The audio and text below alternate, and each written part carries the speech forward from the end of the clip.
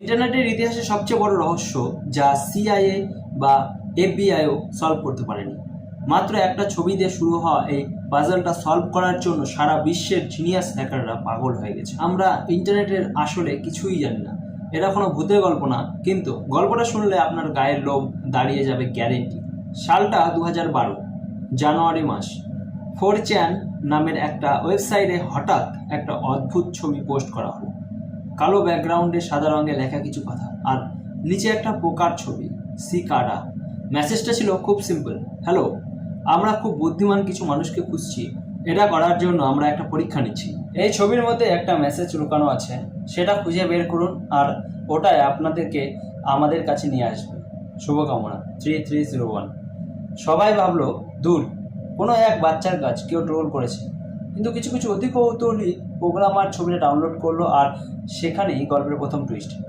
সাধারণত আমরা ছবি ওপেন করি ইমেজ ভিউয়ার দিয়ে, তাই না?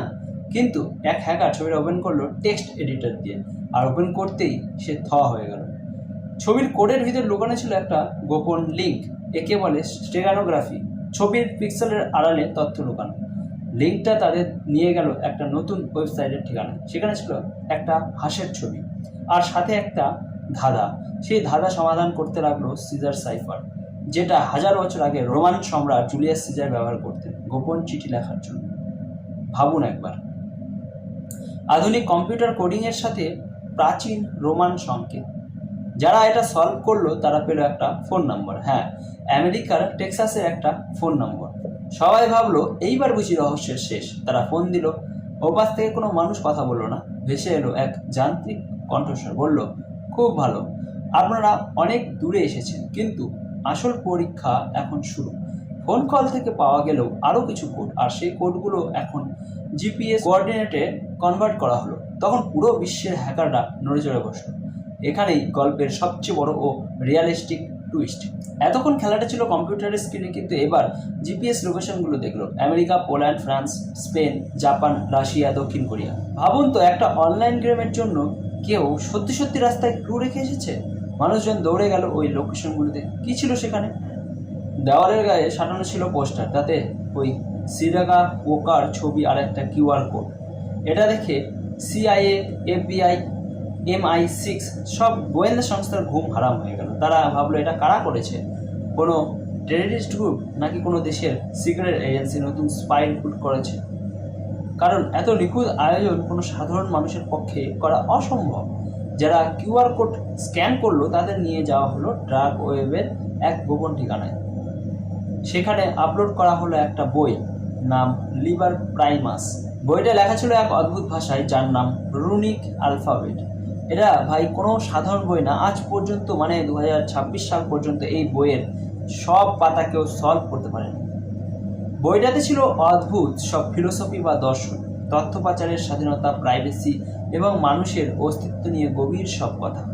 যারা একদম শেষ পর্যন্ত যেতে পেরেছিল, যেটা খুবই অল্প কয়েকজন, তাদের একটা সিক্রেট ইমেল দিতে বলা হয়েছিল।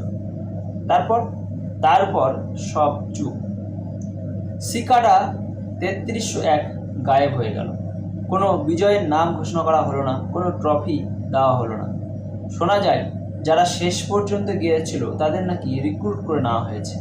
কিন্তু কারা রিক্রুট করলো, নাসা, NSA নাকি ইলুমিনাটি, কেউ জানে না। তারা আর কখনো জনসমক্ষে মুখ খোলেনি। এর পরের বছর 2013 সালে আবার নতুন পাজেল এলো, 2014 সালেও এলো, কিন্তু তারপর সব বন্ধ। সিকাডা 3301 আজও ইন্টারনেটের বুকে এক বিশাল ক্ষত হয়ে আছে। কেউ জানে না এর পিছনে কে ছিল। এই গল্পটা আপনাকে কেন বললাম জানেন? আপনি ইন্টারনেটে ঘন্টার পর ঘন্টা সময় নষ্ট করেন অন্যের বানানো কন্টেন্ট দেখে, অথচ এই ইন্টারনেটের ভিতরেই এমন এক জগৎ আছে যা শুধু তাদের জন্য যারা চিন্তা করতে পারে। সিকাডা দেখিয়ে দিয়েছে ইন্টারনেট শুধু মিউজিক ভিডিও বা মিমের জায়গা না, এটা এক বিশাল লাইব্রেরি, একটা বিশাল রহস্য। সিকাডা 3301 খুঁজছিল ইন্টেলিজেন্স ইন্ডিভিজুয়ালস বা বুদ্ধিমান মানুষ। তারা কিন্তু হাইয়েস্ট ফলোয়ার্স এসব মানুষ খুঁজছিল না, তারা খুঁজছিল তাদের যারা কোড ব্রেক করতে পারে, যারা প্যাটার্ন চিনতে পারে, যারা লজিক দিয়ে ভাবতে পারে। তাই আপনাকে বলছি, নিজেকে প্রস্তুত করুন, কারণ আসল গেমার তো সেই যে গেমের রুলস ব্রেক করতে জানে।